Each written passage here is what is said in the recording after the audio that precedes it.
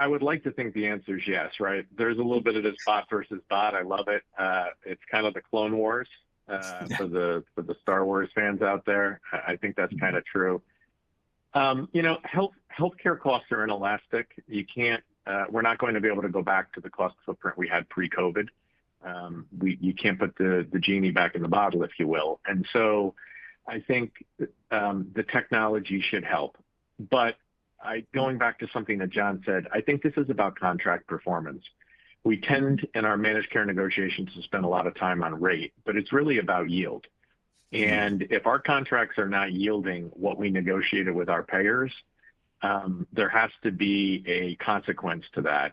And so I think the first place in that conversation will be using much deeper analytics to identify areas where there is meaningful erosion of contracted yield in services, whether that's through technology, or other policy changes, and really a strong need to engage with the payers collaboratively in a discussion around why the contract isn't yielding what was intended.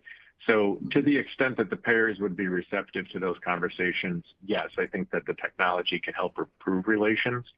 I'm a little fearful in the near term that the technology will highlight areas where we have revenue leakage and maybe create some tension in those relations before we move toward, a